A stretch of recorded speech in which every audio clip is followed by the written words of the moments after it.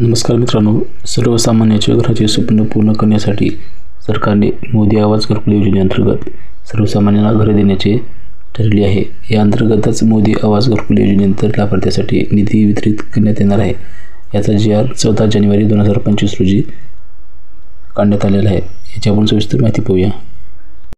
मोदी आवास घरकुल योजनेअंतर्गत सन 2023-24 ते सन 25-26 या 3 वर्षांमध्ये 10 लाख घरे बांधण्याचे नियोजित आहे.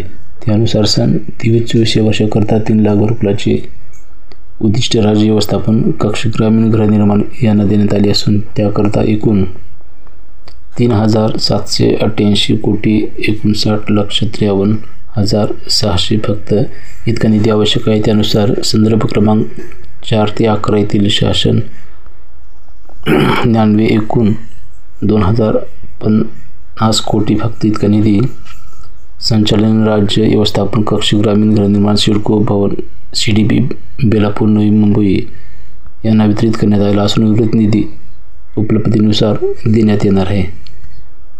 आता मोदी आवास घरकुल योजनेअंतर्गत 500 कोटी इतका निधी मंजूर वितरित मान्यता देण्यात येत आहे.